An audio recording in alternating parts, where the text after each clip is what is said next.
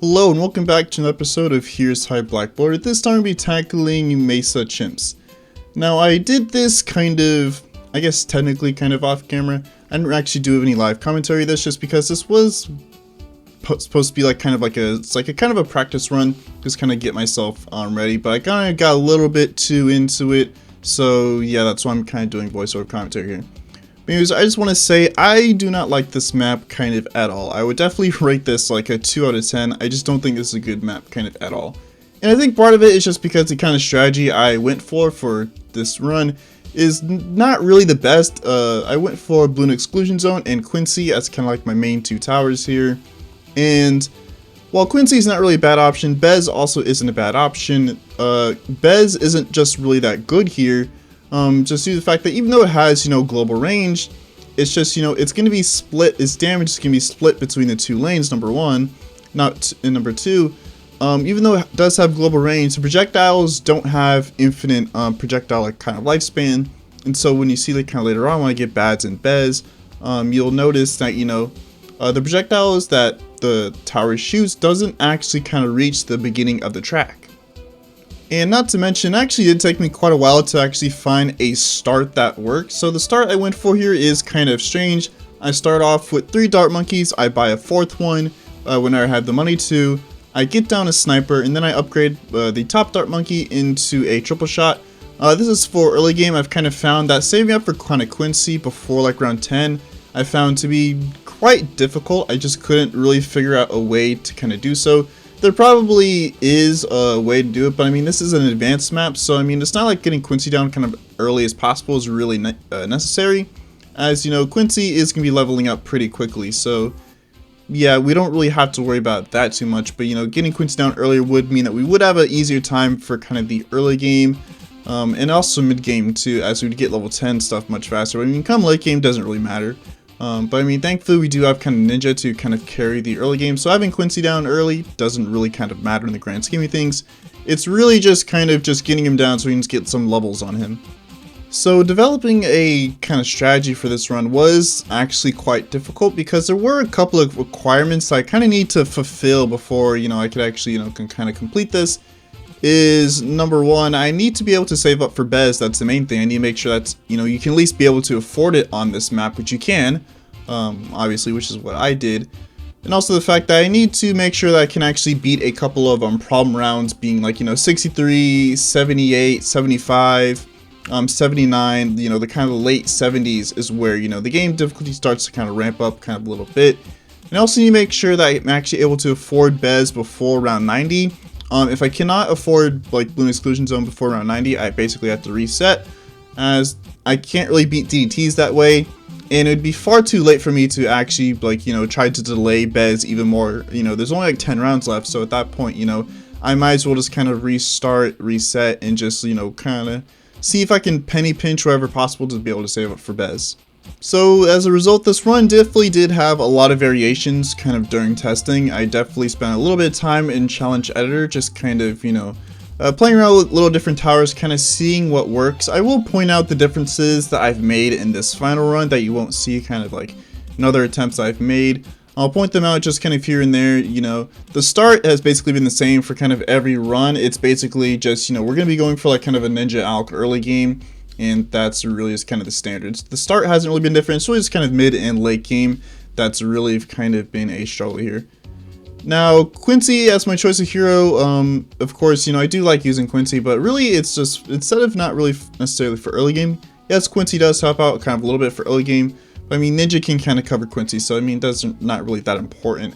But Quincy definitely does come in handy for kind of late and mid game rounds. Quincy level 10 and his level 3 ability is very useful for kind of like, rounds like, 78, 76, 63 and whatnot. So we will be relying on kind of Quincy's ability pretty heavily come like, mid and late game. And like even in the 90s, I'm still cycling Quincy's ability quite often. My another choice hero that I was thinking was maybe Geraldo, as I think Geraldo's items would definitely come useful, especially synergizing like, with like Bez and whatnot. The only issue with that is that, Geraldo doesn't really do good damage, so I wasn't really sure if, Geraldo's items would make up for the damage that we're missing out by not having Quincy late game. And not to mention, you know, I do need to make sure that I do have enough money for, like, you know, Bez. I don't want to, like, come into a situation where I spent too much money on Geraldo items and I can't actually afford Bez before round 90. I'm going to start fast forwarding these rounds just because they aren't really too interesting. Nothing really amazing is happening. So you'll notice that I got a glue down on the field. This will turn into glue strike a little bit later on. The reason why I actually go for kind of glue strike here is I'm using it to kind of replace spike balls. In my strategy before, I was going for spike balls. I was using that too for like kind of a little bit of a mid game helper, because like, you know, rounds like 63 and you know the other 70 rounds were a little bit difficult, so I got that to kind of help. The only problem is it's a really kind of RNG where the spike ball is kind of placed, and so I wanted to minimize RNG by just, you know, getting glue strike.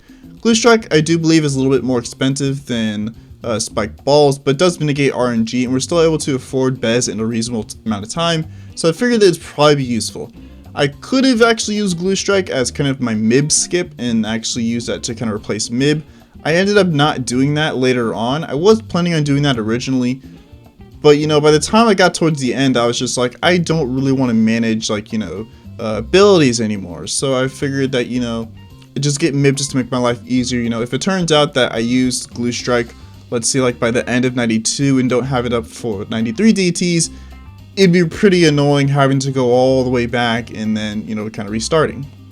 Alright, let's cut ahead to kind of round 63. I was able to leave Bads on target independent, just because, you know, I was able to sell this round too easily. I took it off of that for kind of round 63, and so we're just going to be kind of cycling abilities for this round.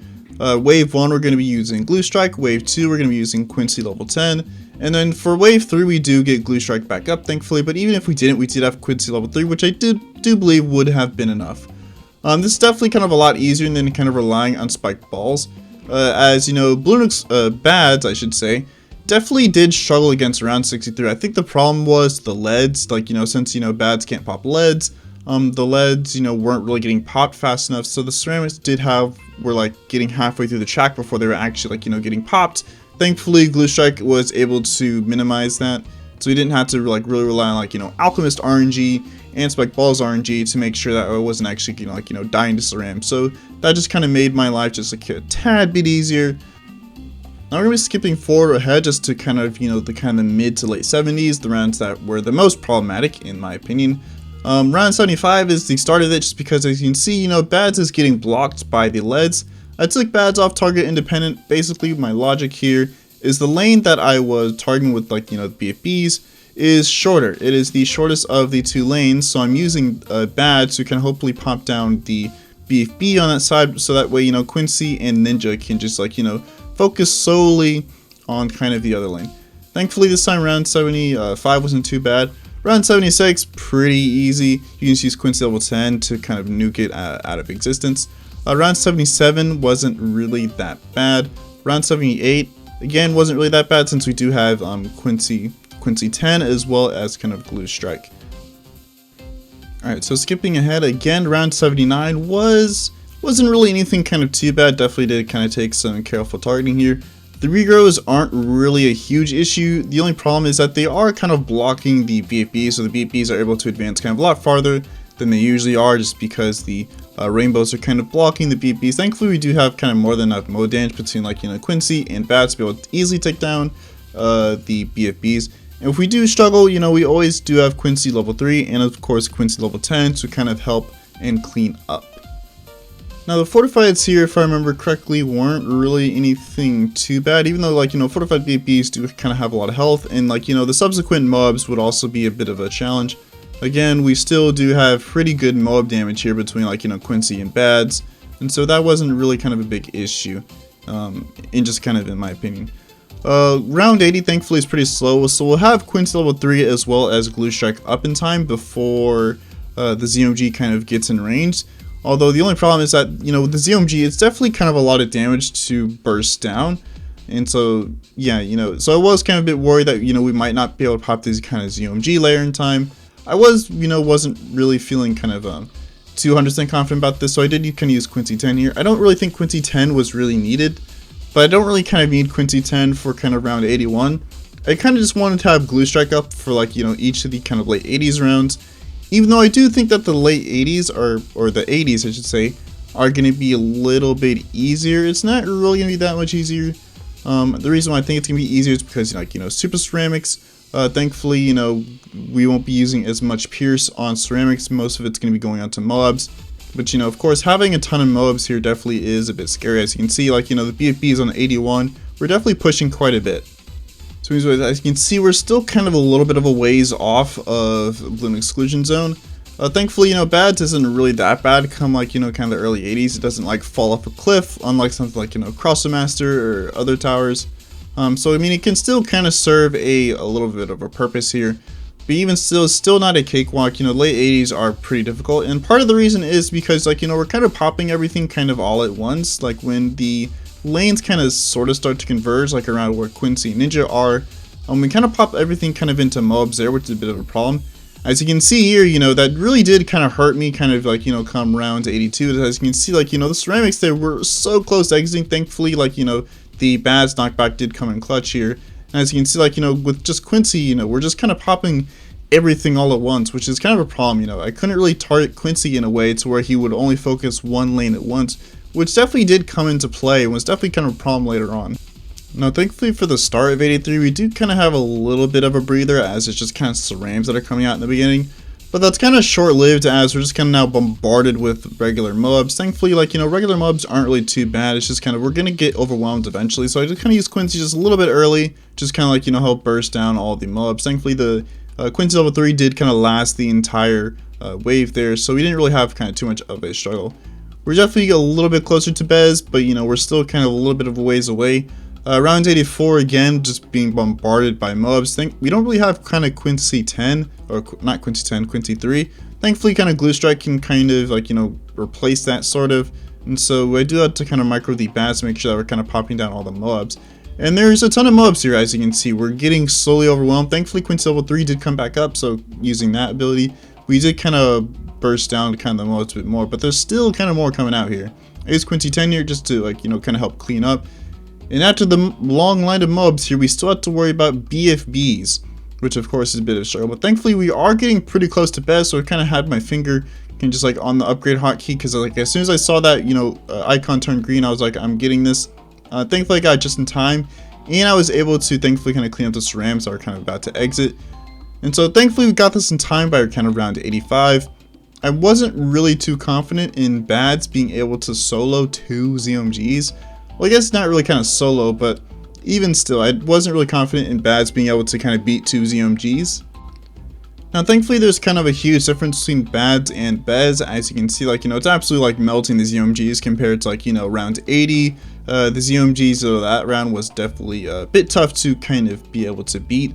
Now, you might be wondering why I actually didn't go for 205 Bez and went for 025. The reason being is I actually forgot 205 actually gave more damage to the Bez. I don't really use Bez a whole lot, and even though like I kind of completely forgot that crosspathing actually made a difference, I'm not really sure if it was actually even better than 025, as the ceramic knockback did come in handy, like, multiple times throughout the run, as you've seen. And so I wasn't really sure that even if I remembered that, if it was even going to be worth going for, like, 205 over 025. Maybe, again, I don't know. I don't really use Bez enough to really, I guess, figure out for myself which crosspathing is better than the other. But thankfully, 025 is still pretty good, and I think 025 probably synergizes better with Alk buff anyways.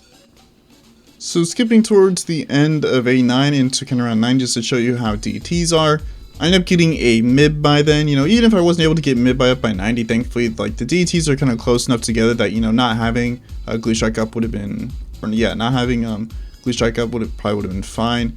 I got mid here, like I said earlier. I didn't really want to worry about abilities. Even though we only have 3, we'll definitely be adding kind of a lot more later on with all the support we're going to be getting. I was kind of looking at the price to see how much Snowstorm was. I was kind of debating actually saving up for a Glue Storm.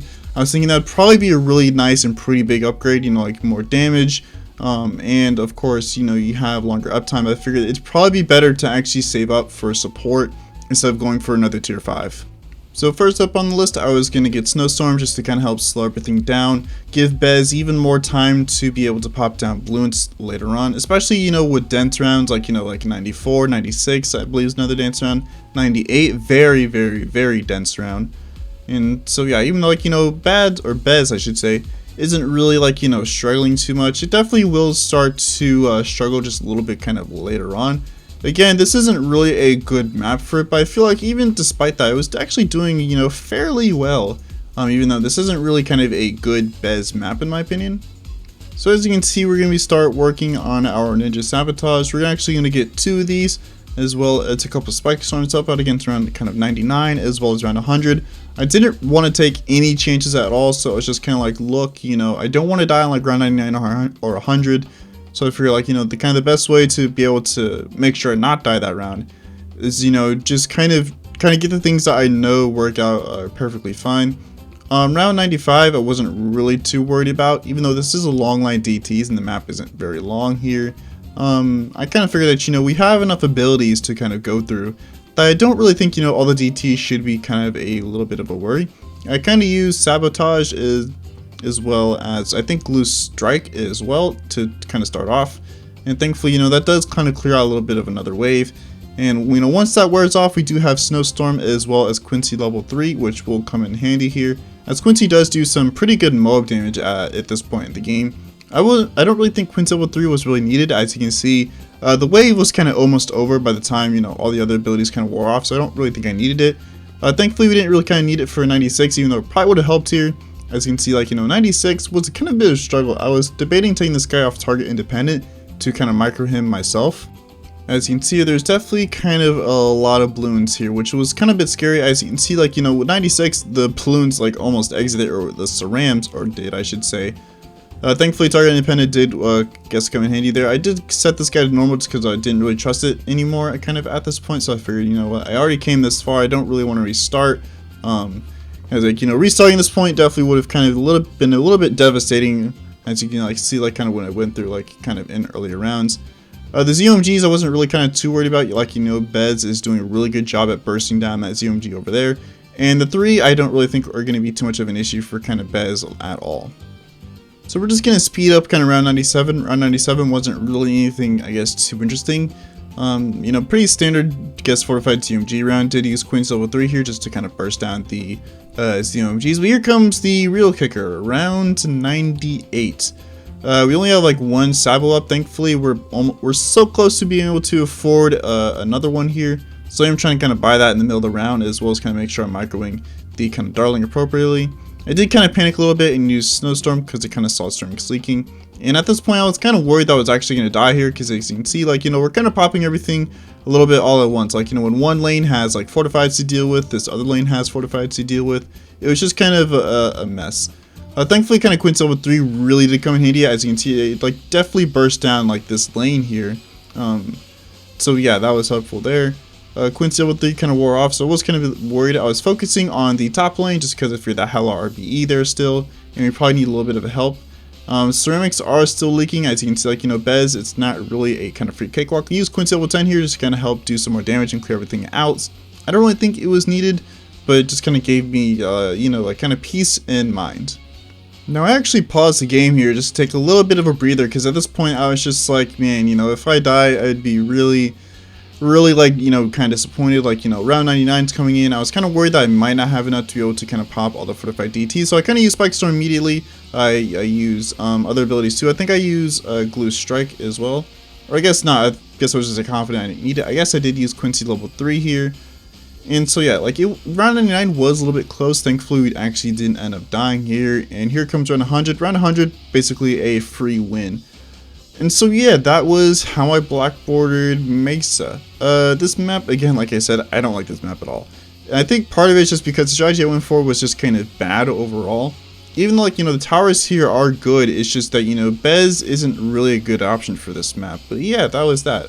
If you enjoyed the video, you know, like, comment, subscribe, and join Discord. Link is down below in the description. If you're curious, this run took like a little bit over an hour. Well, I guess the whole recording session of like the multiple attempts I did took a little bit over an hour. But this run here took like about half an hour.